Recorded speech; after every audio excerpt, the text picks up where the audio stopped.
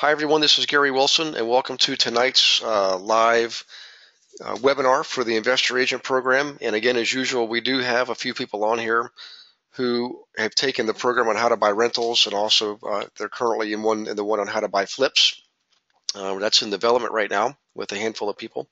So welcome aboard, and I like the variety because it's all related, and it's great to get questions from the different groups and share across the groups. So predominantly, though, this is all going to be mainly investor agents. The subject tonight, though, is very pertinent to people who flip, not just people who flip, but agents who represent people who flip. It also does benefit also those who like to buy rentals. It's just the folks who buy rentals aren't so necessarily interested in the school report. They should be, but for the most part, they're not really as interested as people who flip properties for profit. Okay, so let me do this. I'm going to reduce my panel so I have more of this screen available to me. I'll do a quick double check here. Yep. Okay, so all the questions are caught up. Okay, so here we go. Hopefully everyone has pen or pencil and paper available. Okay, and make sure you take notes. And again, you're going to get this recording tomorrow. And all of you who are on this, because this is a Module 1, everyone should have Module 1 available to them to go over this themselves. Now, quick disclosure, if you notice in Module 1, the material is laid out in the reverse order that I teach it in. That's by design. What I want to do is I give you the building blocks first, then we end up with the school report and work our way backwards, okay? Because then it makes a lot more sense. That's how we do it when we go through the module. When I'm in class, I actually do start right here at the training at the school report when I'm in the market centers. Excuse me, okay? So here's the report. This is an Excel spreadsheet. It's called the school report, SCHOOL, okay? And depending on where you are, whether you're in Canada or the U.S., there's different variations of this, but the same basic principle. And what I mean by that is this. This particular example is giving us school district levels. Seneca is a school district. Mars is a school district.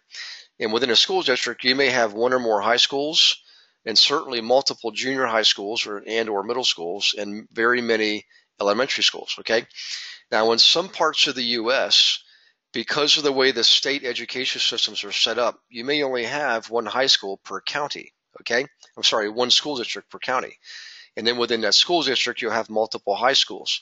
So what we tell those folks is, I'm going to give you an example, in Northern Virginia, or all of Virginia, excuse me, but particularly Northern Virginia because of the population density, we suggest the folks in Northern Virginia use the high school code in their MLS system. You can do searches based on the school code, and if you look in your criteria, you'll see there's elementary, middle, or junior, or both, and high school codes, okay?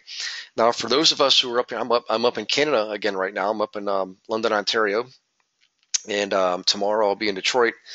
In Canada, we have them use the area field, not the school code field or school district field, because a lot of times in Canada that field doesn't even exist, but certainly area exists, okay? So we have them build this report based on area. So if you're around Ottawa, you might pick the 10 areas around you in Ottawa that you like to service, okay, or you think are decent areas that you want to operate in. It doesn't mean they're good areas, but we'll find out how you determine that here in a moment.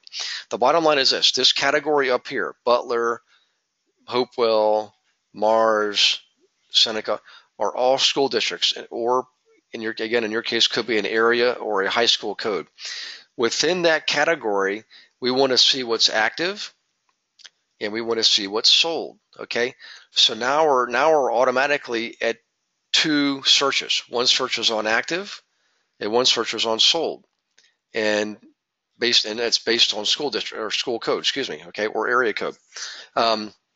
Now, within that broad range, we also want to see the data presented and returned to us in the MLS searches in pricing bands and pricing increments. So I always suggest start off with $100,000 and go up in $50,000 increments until you get to $500,000, and then you do $100,000 increments. Now, if you're in very high-priced areas, like areas around San Francisco, Toronto, Washington, D.C., Boston, Mass., and there's other areas too, obviously, you can start off and just use $100,000 increments. You don't have to do $50,000 increments, because your volume of data is going to be spread out more across the $100,000 bands, more and readily discernible based on these searches than $50,000 bands. You don't need $50,000 bands, in other words, in those areas. So the bottom line is this. I want to be able to see in pricing bands, in this case, again, $50,000 pricing bands, how many properties are currently active in a school district, and how many properties have sold in the last 90 days in a school district. Again, this could be an area in Canada, or it could be a particular school code. Okay, I'm just, for the sake of tonight's discussion, I'm going to always call this a school district code. Okay, so we want to see what's active and what's sold in every price band. Okay, in every school district. That's what we want to see in a school report. Okay, so let me do a quick check here just to make sure everybody understands the format of the school report. All right, so if anybody has any questions at all about the format of the school report and what it actually shows us, please give me a shout out now so we can cover it. And obviously this data is arrived at by doing searches. These searches are on your MLS system. You do these searches on your MLS system.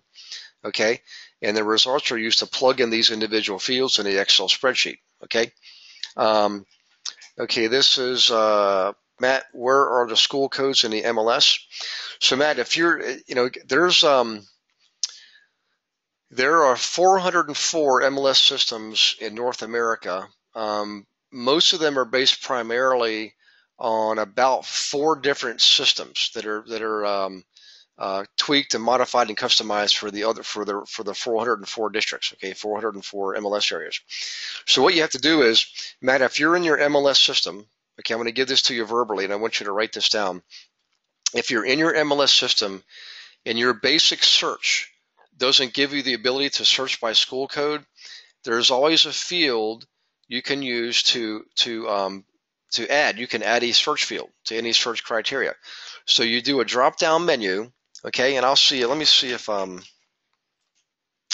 can do this here. I very rarely ever get into this MLS system, and it's because it uses Internet Explorer. Whenever I use Internet Explorer, it does weird things to my computer. But let me reduce this and see if I can. Okay, I want to find West Penn. Oops. MLS. Let's see what happens. So you guys bear with me for a second. I'm going to bring up a system that at least I used to have access to. We'll find out here in a second. That's going to be no to that. I don't want that to be my default browser. Not sure why it should be giving me the results here in a second. I don't know why the heck it's taking so long. Let's just do this.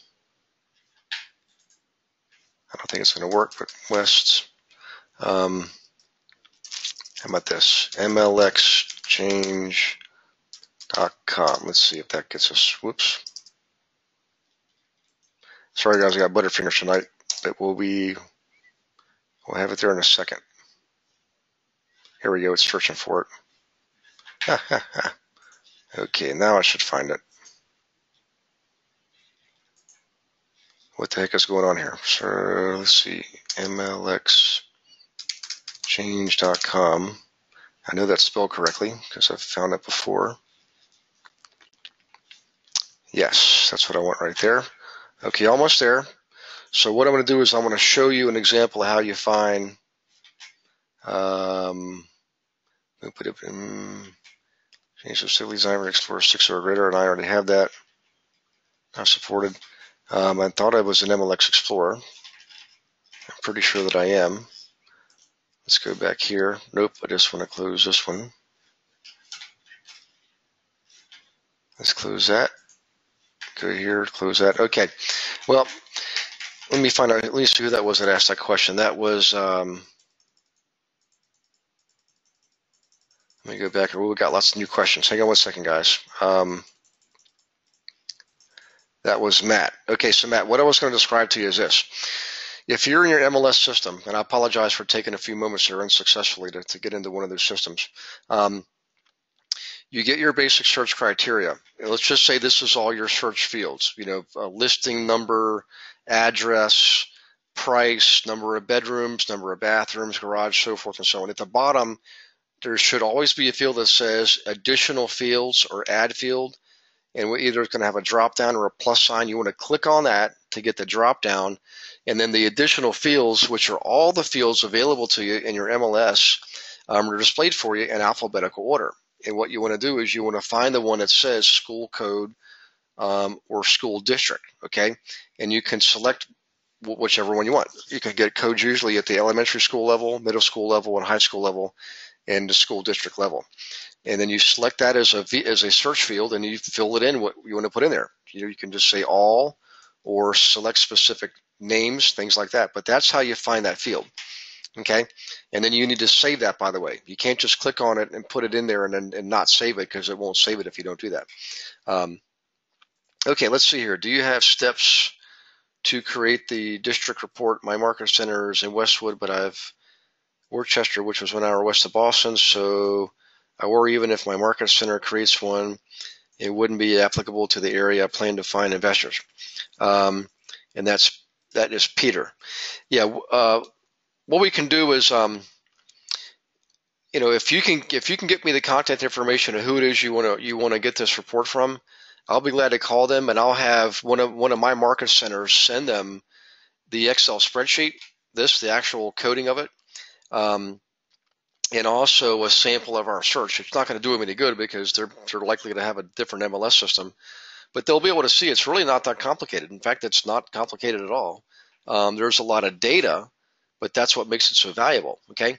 The bottom line is they just need to have somebody dedicated to do this every 90 days. That's all it is. It's a couple hours every 90 days. It's not that time consuming.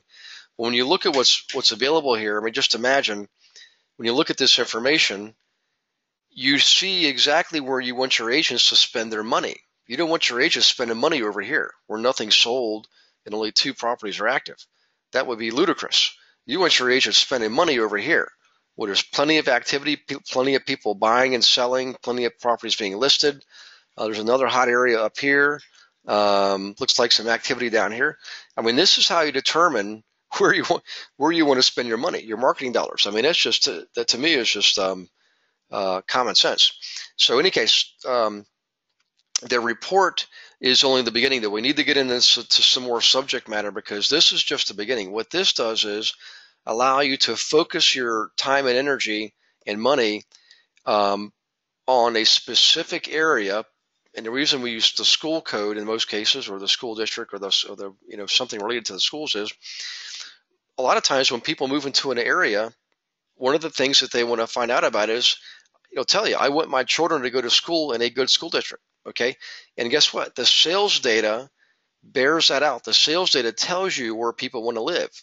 I'm pretty sure if I looked up Seneca Valley, this would be a pretty darn good school district. In fact, I know it is, but that's not enough. That's still a pretty big area. We could be talking tens of thousands of families easily, and that's a lot. That's too big of a farm, okay? So we need to move on here to show you how you actually refine this even further. But before I do, let me go back to the panel and look and see, because we had a bunch more questions here. So hang on one second. Let's see, this is Lana. Hi, Lana, how are you? Okay, this report is for sold active of all types of properties, correct? We do not break down into single family, duplex, etc. at this point. Yeah, that's correct. And actually, Lana, I'm glad you brought this up. We actually do create this initially just for single family homes, okay? Because it originally was designed to be used in the residential sector. It wasn't designed to be used for investors. We just realized this is an extremely valuable tool for people who are flipping homes, because let's face it, if let's say you're a flipper and you know that all the people buying properties, all the consumers are working in these price ranges in these school districts, well, that's where I want to go flip a home. So I realized, holy smokes, we need to use this for our flippers, okay? So Lana, the reason I mentioned that is this. In most MLS systems, you can segregate single-family residential from multi-unit residential. 2 to 4 units, that is. Usually when you get to 5 or more units residential, it's considered commercial. So those are typically different segments on your database, different file segments. One segment is on single families, another is on small multi-units, another is commercial, which is 5 units and above, or non-residential. Agricultural, industrial, I forget the vacant land, farming and agriculture. Those are all different categories or different file sectors. So this report originally was designed to only look at single family homes. And the reason is that's what they designed it for, was people buying and selling single family homes. They didn't think about investors. It just turns out it's very good information for people flipping homes. Now, having said that, Lana, people who buy rentals are often not as interested in what's on the school report. They just really don't care because their kids aren't going there. Their renters' kids are, okay? However, the next thing I'm going to show you is very vital, very important to guys who flip homes and those who buy rentals too. So, but let me continue on here to make sure I clear all these questions off before we move forward. Let's see, this is Matthew. Okay, I have county, status, transaction type, style, home type, and ownership as the main categories to search for. Yeah, I'll tell you what, Matthew, if you want to check with your market center tomorrow, if you can go in there tomorrow, you can even call your MLS system support line. Usually there's one in every major city, and tell them that you need to search by school district, and they'll tell you how to find that field. Because in your primary search, you just told me what you have. You've got the basic stuff, county, status, the type, the style, all that kind of the normal stuff you normally get. So there should be a way for you to add fields. The fields already exist. You just need to bring them up and display them so you can make them part of your search criteria. That's all you've got to do here. You just need to know the functionality to see how to do that. So typically someone in your office will know how to do that, but if not, you don't have to go to the office. You can just look up your local board's number. So I'm trying to remember where you are. Let's see, Matthew, where are you from? Actually, tell me where you're from, Matthew. Because you're gonna have a local board, your realtor's board that you pay dues to. Call them, and they'll get you in touch with the right person who's an expert on their MLS system, because they buy the MLS system and then provide it to you, the agent. They don't actually design it; they just buy it from a vendor. That's all they do. Okay. Okay. This is Pat. Hi, Pat. Pat says, how do you handle active listings that say school? See school board for school districts. Do you recommend putting the address in the county school library or county school boundary system to determine? Of course, it's more labor intensive. So let me review this. Hang on one second here. Well, I'm baffled on this one point here, Pat. Everywhere I've been around the country, it's been mandatory that the listing agent identify the school district. Okay, this is in the States. That's not true in Canada. Only in the States. So I'm actually surprised, because I think you're in the States. If you're in Canada, please forgive me for not remembering that. But if it's not a requirement in your board, number one, it's a shocker again. But number two is it doesn't mean you don't have the field. You can still have the field there. Okay.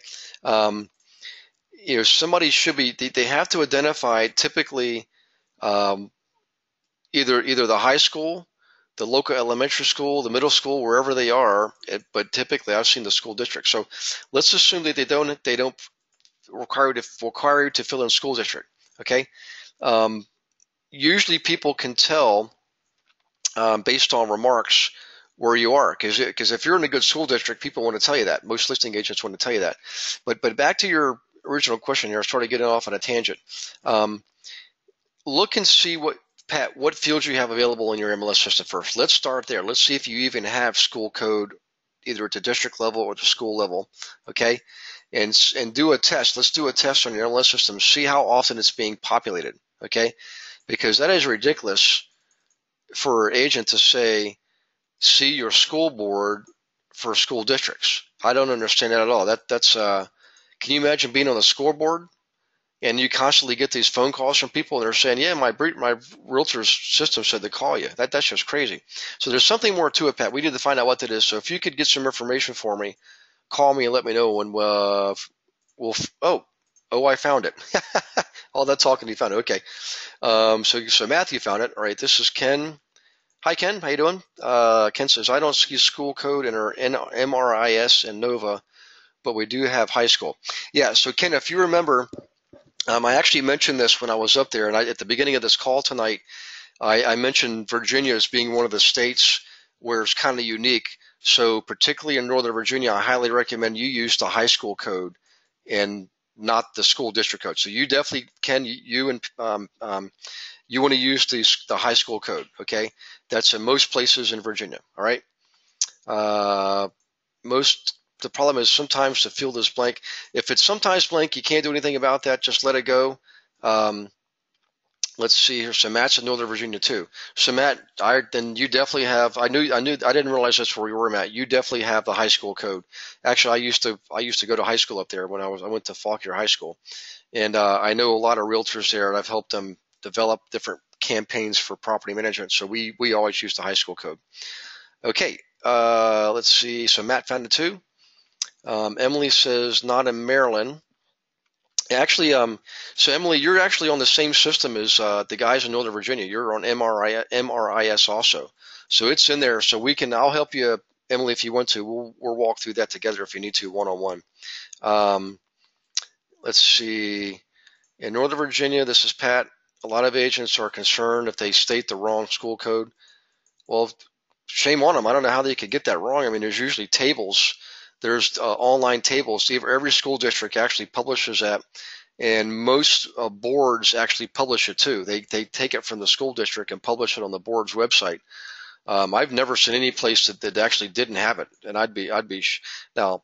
It could be the case up in say, Alberta. There's parts of Quebec that are pretty far out up Mont-Tremblant.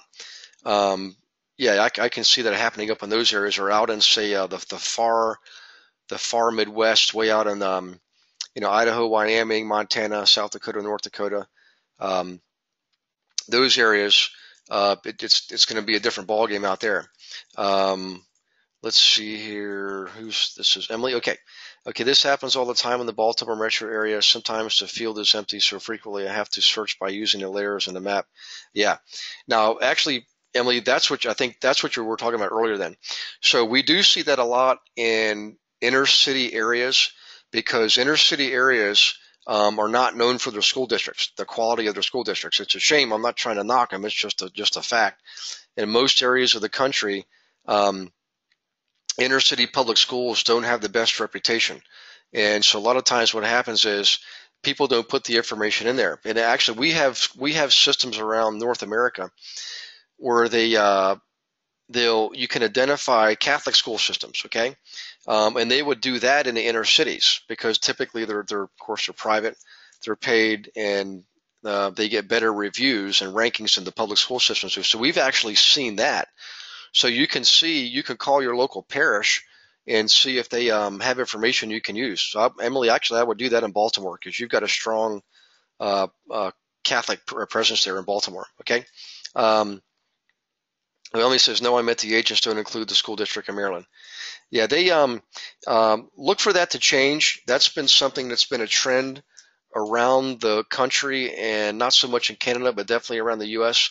And actually, Emily, you just merged, speaking of the word trend, MRIS just merged with the system called Trend, Trend, that now makes the largest MLS system in all of North America, Canada and the U.S. combined. So don't be surprised if you find that field soon to be required. You're not going to be able to, you'll get fined if you don't populate that field. So in any case, back to your point though here, if you don't have school district, you should have, they should be using elementary school or middle school or high school, whichever is closest. And if they don't do that, Emily, then you have to do what we do up here in Canada. We just simply use the area. We just use the MLS area. So you can also do it. We've seen other people do this based on zip code. Okay, you can plug in zip code here instead of school district or area or or the actual high school code. You can use zip code, and that plays in well with the melissadata.com, because then you go to melissadata.com, you've already got your zip codes. You just plug in the zip codes in now to see what carrier routes in the zip codes have the types of property values, the areas with the property values that you need to be searching in with your clients to flip homes. Okay, so let me repeat that because I just gave you a mouthful. If you have to, you can use other fields. This is just based on school district. You can use other fields like area, search area, and also zip code. The reason I like zip code as an alternative is that it plays well into the next screen I'm going to show you, which is melissadata.com, which are the postal carrier routes. And that system is based on zip code. So you plug in your zip code and you get all the carrier routes in the zip code. And those carrier routes give you the average home value. So let me do a quick checker on questions before I move on. But again, remember, you may have to modify this up here. And I would say, Emily, for you, zip code would be a mandatory field because I've never seen a system that zip code is not mandatory. Okay. Let's see here. This is, and Emily's just okay. Thanks, Emily. I appreciate that. Okay. Let's see. Howard County. Now, what's interesting there is, I used to live in Howard County. When I was a kid, I went to school in Columbia, and actually I used to live in Baltimore for that matter. Let's see. So Emily, if I was you, I would use zip code. I would do that. Okay. Let's see. Matthew says, here is a website that I found that allows you to look up high school codes in any state in the U.S. And here it is, guys. So I want you to write this down. Thanks, Matthew. It's HTTP:// okay, typical header there. The first word is admissions, like you're going through admissions into a college, admissions dot Vanderbilt, that's VANDERBILT, admissions.vanderbilt.edu, edu/, okay, /apply, APPLY, /high school code, all spelled out contiguous, .php. So again, you'll get the recording of this tomorrow if you think you missed something there. But it's admissions.vanderbilt.edu /apply /highschoolcode.php. So that can be valuable information. Let's see here. And looks like Alex, if that's you, the name got cut off here. It just says ALE. Sent a message, says data.com. Oh, okay, that's another website then. Okay, the actual symbol of the question mark, data.com. That's another one you guys can use apparently. But again, if the listing agents aren't populating a school district field, you're going to have to go to a field that is required to be populated, like area or zip code. Okay, and again, we have to do that in Canada. We can't do that like you guys can in the States, in school district. And of course, I'm from the States too, so I've done it down there likewise. But never fear. Where there's a will, there's a way. We've done it with a number of different criteria fields. I just call it the school report because that's how we originally discovered it. All right. That was Alexa. Hi, Alexa. Thank you very much. Alexa was asking what data.com you named. I'm not sure what you're talking about. What data.com that I named there? Melissa Data. I'm sorry.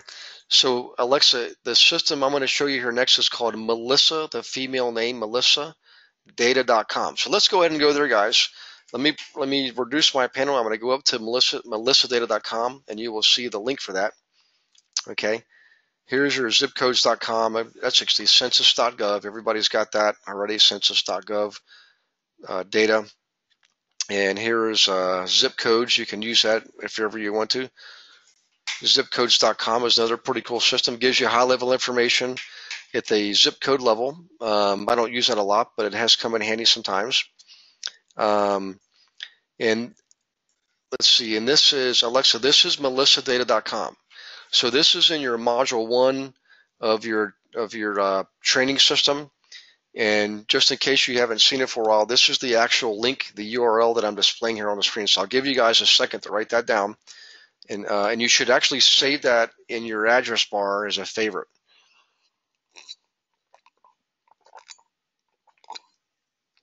Okay, and here's why. So everybody got that? melissadata.com/lookups/cartzip.asp. Okay. Let's see here. Alexa, here's something from Tammy. Hi, Tammy. Which price point on your school report would be good for rentals, flips? So Tammy, excellent question. The data tells you that answer. So let's go back to the school report, and I'm going to help you decipher in this particular example. Okay. Now again, you really can't use this, Tammy, to figure out where to buy rentals as far as pricing goes. Okay. You can use it to determine where to buy rentals as far as where the hot areas are, where people want to live, but typically it lends itself better for people who are flipping. So here's where you want to look for. You want to look for a high number of active, okay, high number of active, and a high number of sold. High number of sold. And more importantly, Tammy, you want to look at the relationship of sold versus active. So I know right here, these three price bands, 150 to 200, 2 to 250, and 3 to 350. If I go back over here, I can see a lot of properties sold 65 versus what was active 28. So in 90 days, 65 homes sold, and yet right now only 28 are active. The next price band, 39 sold, only 15 are active. Next price band, 35 sold, only 13 are active. So there's more than a 2-for-1 ratio here of solds to actives. That means, Tammy, that's a great area. It's as an agent, this is where you want to spend all your time and money and energy marketing. As a flipper, this is where you want to flip or have your flipping clients flip homes, because there's more activity, more people buying and selling homes. You never want to have your flippers way down here with all these zeros. There's nothing happening down here. Nobody's selling, nobody's buying, everybody's wasting time, at least if you're an investor or an agent, that is. You want to be where there's a lot of activity, okay? A lot of activity here, lots of activity over here, okay? And this is just one page of one example. So what I look for, Tammy, is how many properties, the total number of, and the ratio of sold to active. How fast are they moving? What's the velocity? So I want volume and velocity, and these numbers tell me that. And it's easy to tell because the higher the numbers, the more volume and the more velocity. So you're looking for the highest numbers possible, Tammy, in these charts. That's what you're looking for. So Tammy, give me a quick shout out. I just want to make sure that actually helps answer your question there. And I'll give you a second to type that in. Hang on one second. Okay, great. Tammy says, yes, thanks. And you're very, very welcome. Let's go back up to now melissadata.com. Okay. By the way, this is an example of a good zip code to buy rentals, because look at all the rentals. Okay. Now we'll go back to this in a second, but for now I want to go up to this example here, and let me expand it a little bit for you guys so you can see it more easily. All right. And we're going to postpone that. A little bit more here. Okay. So for Alexa, Tammy, and everyone else on the webinar tonight, I looked at my school report, and in the cases of Emily, that would actually be a zip code report. I would then take the zip code and bring it over here. So in a school district, you have multiple zip codes. If you're using the school report and using your zip code as the main criteria, then that you just take one zip code per pair of columns, bring it over here. Plug it in this system. That's the URL that I gave you about 5 minutes ago. Plug it in. It brings up this panel, and it shows you all the carrier routes. B means PO box. C is for carrier. That means it's the actual route that the postman walks with the mail. I can see how many people actually live in those carrier routes, which is very important. I also see what they make. I see what the average salary is, which is pretty important. But what's really important is the average home value. So if we just determine, Tammy, that we need to be in between 150 and $300,000, okay, on properties to flip. All right, that's the fair market value of a property once it's been remodeled. I can see there's only 3 carrier routes in this zip code that match my pricing criteria: 202,000, 292, and 276. All 3 of these are within that range, $150,000 to $300,000. Okay, so if I'm working with a flipper and I know I need to be 150 and 300,000, I would never take my flippers or give them information on these areas where the average home price is 404. Yeah, they can try it. They can try to flip homes there. I'll give them information if they want to, but the reality is when we look at the school report, 404,000, there might not be a lot of activity there. So that house that this poor person is trying to flip could be sitting on the market for 270 days or longer. And while that's happening, you're not making any money as an agent, okay? So we need to focus on the carrier routes that have home values in the range that we're looking for, 276, 292, and 202. Now, these carrier routes are expandable, and this is what I want you to remember and write down. You click on the carrier route, it expands the carrier route. Now, I can't do that here because this is an actual PDF, but I wonder if I have it saved in my favorites. I'm afraid to split my screen here because I don't want to take a chance on losing you guys. But the bottom line is this: everybody has the URL. The link is right here. Okay, you put it in your address bar.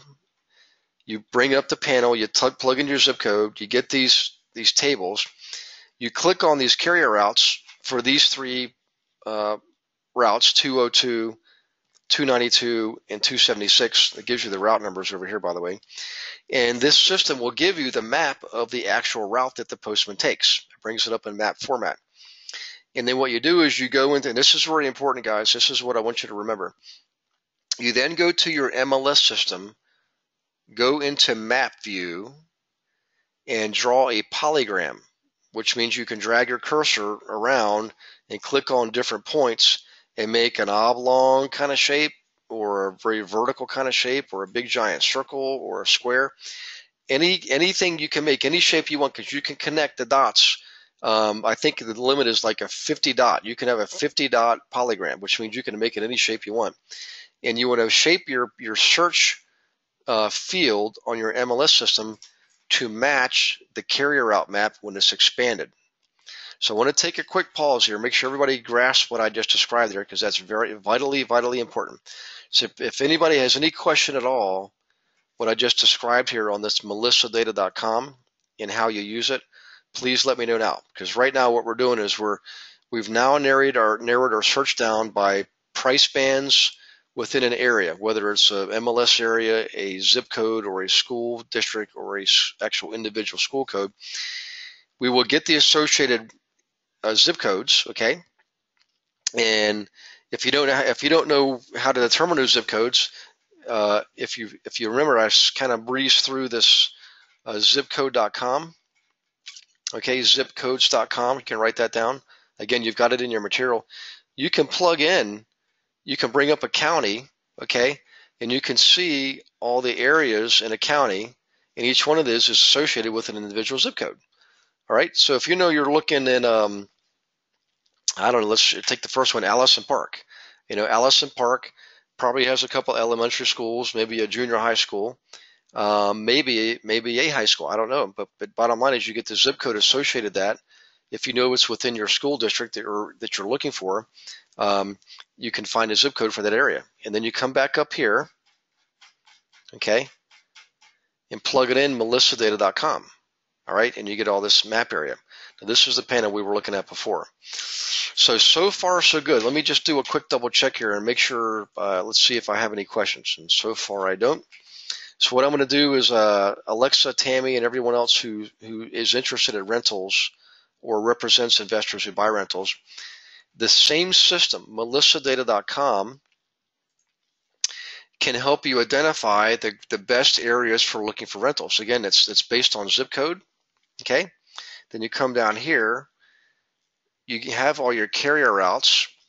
You now also have all the number of apartments in each carrier route, and these are total rentals. This isn't just big buildings or small buildings or any. They don't care what type of building it is. If it's a rental property, U.S. Postal Service knows it is, and they provide the data for this website. So I know in this carrier route there's 177 rentals, 133 in this one, and 142 in this one. So if I'm taking out a client who's buying rentals, I would never take them to an area where there's no rentals, obviously, or only 7, or only 20, or only 4, because I know I can take them to areas where there's 177, 133, 142. So even though I may lose a few deals here because I only went for the big 3, and a property may come up in here. It turns out it's a good deal, but we're going to miss it because we're not looking there. It's okay, because we've got so much opportunity here in these 3 areas, we don't need to look anywhere else in this particular zip code. And again, I can get the average tenant's salary and the average value of the property that they're living in, okay, which is pretty cool information. The reason it's cool is I now can help my clients by guiding them with this information to buy the right property. So this area that has 142 units, the average salary is 38 grand, average unit value is 119. This area here that has 133 units, the average salary is up a little bit, 42,000, and the property value is way up, 155,000. Jump ahead way up here to the big one, 177. Average salary 33, average unit value, 114. So this has the most units, but it also has the lowest salaries per tenant and the lowest property value. I know a lot of investors that I work with, because we choose to work with seasoned, veteran professional service providers and high wage earning independent contractors. They would rather come down here where there's a higher salary, 42,000 here at the 133 level, 38,000 here where there's 142 units. And I can see the property value here, even though the salary jumped up a wee little bit, the home value didn't go up that much. However, in this carrier route number 57, that has 133 units, turns out their salaries are pretty darn good, and the values of the units are way up there. So if I'm working with investors, I would rather see them buy in this area here. Lots of rentals, decent salaries based on this information. Their tenants make decent money, and the properties are worth more money. The reason I like this is I know from experience I would rather buy these nicer properties and collect more of my rents and have fewer headaches than buying the ones way down here that are low price with people with low salaries, and my properties tend to take a greater beating. I have more evictions, more vacancies, more maintenance and repairs. Down here, not so much. Everything's a lot easier at this level, okay? So in any case, let me do this. Let me go back to the view that shows a good area for flipping homes, and I'll bring my panel back over so I can see what questions I might have, if there's any new ones. So far, we are holding steady. So Tammy, what I just described there, Tammy, let me know if what I just described there helps you understand how you can help your clients who are buying rentals now. Okay, if you could do that, that would be great. And while you're doing that, I'm going to scroll up to the next thing I'm going to show you. Okay, so while Tammy's getting back to me, I'm going to scroll up here. And all this information I'm showing you right here, by the way, this is all off of a local planning commission website. Again, every Tammy says absolutely. Thank you, Tammy. I appreciate that. Every municipality and every county in U.S. and Canada has planning commission websites, and some of them actually have regional planning commissions. Okay, or province level or state level. Okay, depending on where you are. But I've not been to a province yet or a county, whether I'm in Canada or the U.S. or any municipality that didn't have some planning commission website. And here's why this is so important. I'm going to just show you a couple things here, okay? Now I want to give you some ratios, guys, that are going to help you help yourselves a lot and help you help your clients a lot too, to know exactly where to, what types of areas to focus on when you're looking for properties to flip and properties to rent. Okay, and you get that on these planning commission websites because you can see how many of the units, rental units and owner occupied units, there are on a percentage basis. So I can tell in this particular area that I'm looking at here, I think it's called Avalon, the percentage of owner occupants is 55%. In other words, 55% of all the units in this area are lived in by the owners.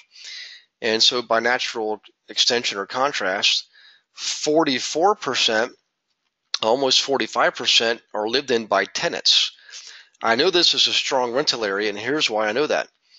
I've discovered over all the years of investing and teaching other investors and knowing people like Robin Thompson and Ron LeGrand and all those other guys, when I'm buying rentals and I'm helping my clients buy rentals, I want to be in an area where the number of renters is greater than 1/3 of the total and less than 2/3 of the total. So these two fields are together, 55.4 and 44.6 make up 100%, right? So what I'm telling you is this. If you're flipping homes, this number here, the percentage of owner occupied, should be 2/3 or greater. 66 or whatever it is, 66, 67% or greater. That's owner occupants. That's if you're flipping homes. So again, I'll repeat that. If you're working with flippers or you're flipping yourself, you want to always be in an area that is at least 2/3 owner occupied. Okay? Back to the renters or the people buying rentals. I like to keep the percentage of rentals or be in the ranges of between 1/3 and 2/3 or 33% and 67%. Okay. Now, if you think about it, on the low end, that makes sense because we just told you if you're flipping, you need to be in an area that's greater than 2/3 owner occupied, which means by default, it's less than 1/3 tenant occupied. So it's a great area for flipping if it's greater than 2/3 owner occupied. Maybe not so much a good area for buying rentals, okay, because the pricing is going to make it cost prohibitive at those higher levels, okay? However, on the opposite end of the spectrum, the reason I don't want to see the population of tenants be greater than 2/3 is if there's too many rentals in an area, it could mean it's a lower end area. It could mean lower values, lower rents, more maintenance and repairs, a higher level of uncollected funds, in other words, rents that you got to chase people down to get, and flat out evictions, okay? Now, there are exceptions to that. Let me bring my panel back over because I'm giving you guys a real handful here. The exceptions to the rental rule are this. I will invest in an area that's greater than 2/3 tenant occupied as long as it's near a university system or a hospital system. And there are some other kind of rules there too, but those are the two primary reasons why I would go into an area that's maybe 80% tenant occupied. That's because it's by a good hospital system or a good university system. That's why. Okay. Does that make sense what I just gave you guys? Because I want to show you one more thing here before we move on. So if any questions, any comments at all, please let me know now before we move on, because I'm giving you the exact sequence of activities you engage in to know where to go flipping and to know where to go to buy rentals. Okay, you cannot take shortcuts in this business. You're taking a risk if you do it. You're really taking a risk if you take a shortcut. You never want to go to an area just because it looks nice. Okay, you've got to really check out the data when it comes to investors. The data is going to tell you the truth and tell you the story. The data is going to tell you where you should be spending your time, energy, and money, and that of your client. Okay, back to the planning commission websites. These websites are very robust typically. Some of them are kind of sparse. I get it. Like small municipalities often will have a small website. Large municipalities and counties will often have a large planning commission website. In some areas of the country, where I was today in Detroit, and I thought I remembered that they had a regional planning commission, and they do. The Detroit area has a tri-county regional planning commission. So I'm trying to think, Elizabeth, I think you're new in the program up from the Port Huron area. This would be very important for you because you can Google um, Detroit Tri-County Planning Commission, something like that, and you would get something like this. Okay. Now I'm going to use the example of age.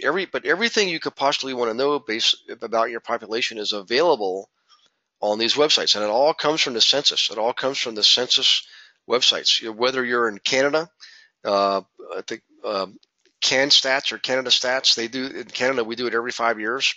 In the U.S., it's done every 10 years. Okay, but in Canada, we've got only 30 million people versus 300 million for the U.S. So a big difference there. But you can get sex, age, race, religion, um, you know, ethnic background. There's all kinds of stuff here. But what people make in the way of salaries, the size of the households, how many households, how many single people. Let's see what else. You get what is all this? Like people, the percentage of people on disabilities, again, have that receive disability income. Okay. Let's see here. Type of income. All right. You can see where it all comes from. And how many people, the population broke down by level of income. Okay. How much money they make. All right. That is some really cool stuff if you're in real estate. I don't care if you're an agent or an investor. This stuff is like, information is so vital, guys. It's actually one of the 3 pillars of success. Of course, the 3 pillars are information. Actually, I'm sorry, education first, plus information second, plus action third is what gives you results. Okay, so you have to have information. You guys, please, please, please promise me you're not going to take shortcuts and bypass all this information. You don't have to be experts at it. You just have to know where it is, okay, and how to understand it. So let's go back here. So let's say Tammy is flipping a home. We just determined based on the school report that she needs to be in an area between $150,000 and $300,000 in her particular school district, or again, it could be zip code, it could be MLS area, whatever that is. We know the price range was between $150,000 and $300,000. Then we went to melissadata.com to look for carrier routes that have properties with that, the average home value in that range, okay? And then we copied that polygram, the map view, and created our own search in our MLS system to match that view, to match that polygram, okay? And yes, you can do it multiple times. You can do it 1 time, 3 times, 5 times. It just depends on how many neighborhoods you want to work with your clients in, or how many neighborhoods that they're looking at themselves. So in any case, the one big example I like to give you guys is the one of age, okay?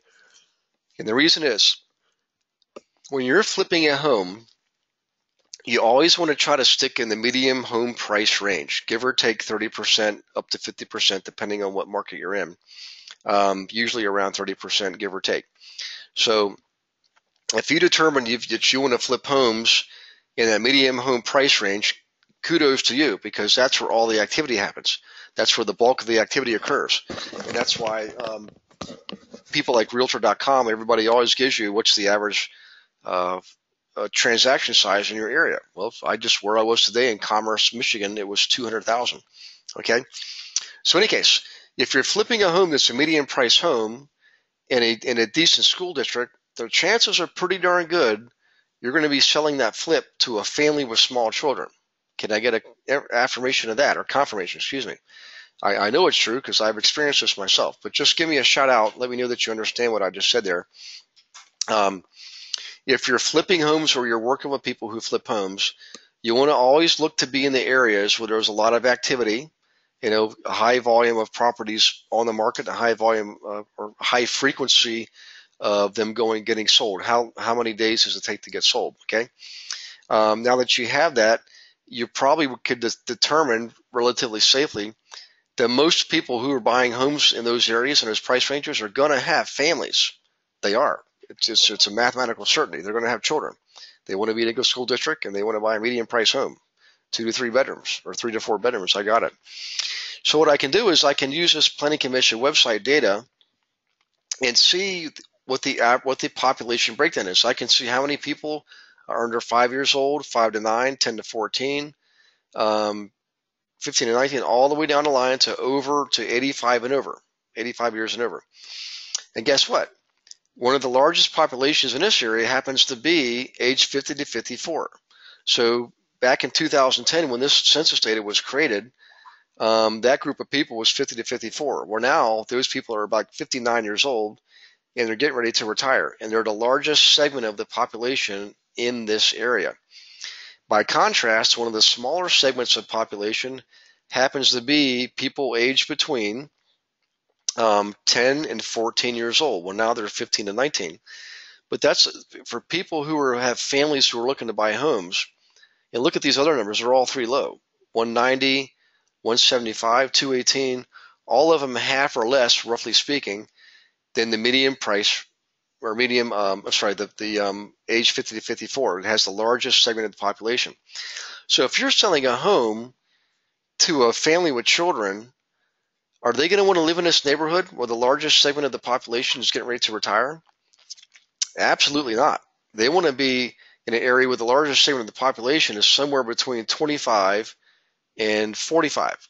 That's what we've seen. Most people with families want to live in these areas, and I don't blame them because I used to have children too. All right. So the reason I'm telling you this is you can use this information to give one final litmus test to your clients' information that they're using to make their decisions, in which areas that you or they have selected to do searches in.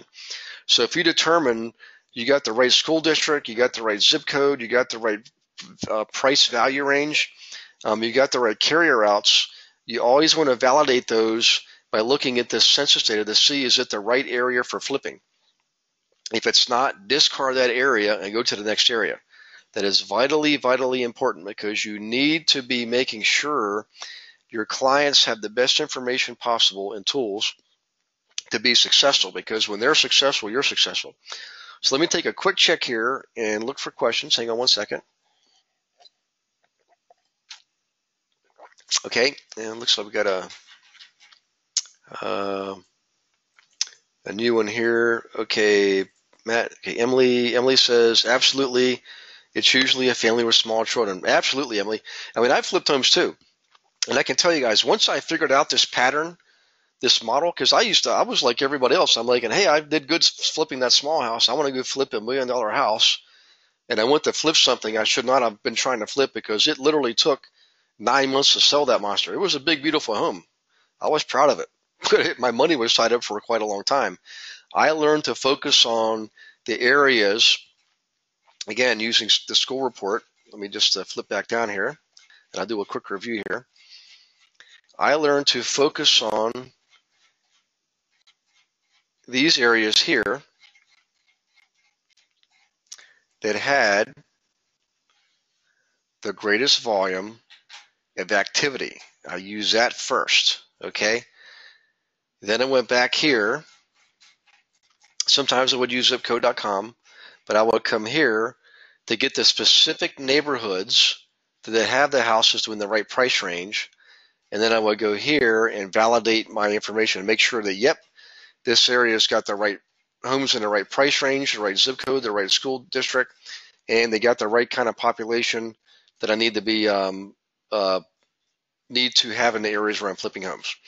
So let me do a quick check here on questions, and let's see what we have here so far. Looks like we're caught up so far, and that's good, guys. I can't believe we actually got through that. It took the entire hour, but I think it was well worth it because I was getting a lot of calls on this and a lot of emails, and I do appreciate that, and I love helping people individually, but it became it was a preponderance. It was just basically half the calls I got in the last couple of weeks in emails were related to this subject. It even came up, matter of fact, it came up today driving from Detroit to London, Ontario. I spent an hour on a phone with a new student from Northern Virginia and going over what I just went over with you guys. And ironically, I didn't know that what he was calling about. And I told him at the end, I said, ironically, that's what we're covering tonight. So kudos to you guys for bringing this stuff up. I know it has been a while since we covered it at that level of detail, but the bottom line is this. I know that what we did tonight is it's not the exciting marketing stuff that we've been doing lately, but when you know your numbers, when you know your areas, okay, you can do a much, much better job of helping yourselves make good investments, and more importantly, service your investors, help them make good investments. Believe me, they will love you for it, because you're helping them build wealth and income, and you're doing it using accurate data. You're doing it using education plus information and taking meaningful, effective action. When you do this, guys, by the way, here's the kicker. Everybody wants the marketing techniques, and I get it. I know. I remember I'm an agent just like you. However, when you understand the areas at this level of detail first, now your marketing campaigns are going to be a lot more productive, because you know where to spend your time, energy, and money marketing. You know, if you're going to go after chiropractors and dentists, now you know what areas to go after them in. Go where they're servicing, go where they're living, whatever you can do to narrow your search down, but only focus on the guys in those areas, okay? The guys with money in the right areas combined means you've got some marketing techniques that you can highly focus and target and get very, very specific and very, very profitable. So I hope a big light bulb just went off in everybody's head right there, because I just explained how you tie together this part A stuff with the part B stuff, which is the marketing. Okay. Okay, let's see here. This is Peter. Hi, Peter. Peter says, thanks. Always a pleasure listening to you. I love the data classes. You're welcome, Peter. I'm glad. And again, it is a little bit of a stretch for me, because I tend to be the visionary builder, creator. Let's just go do it kind of thing. And I really had to work hard to discipline myself to focus on the data to make me a better service provider. And it meant that I was no longer the ready, fire, aim guy. I was a ready, aim, fire guy.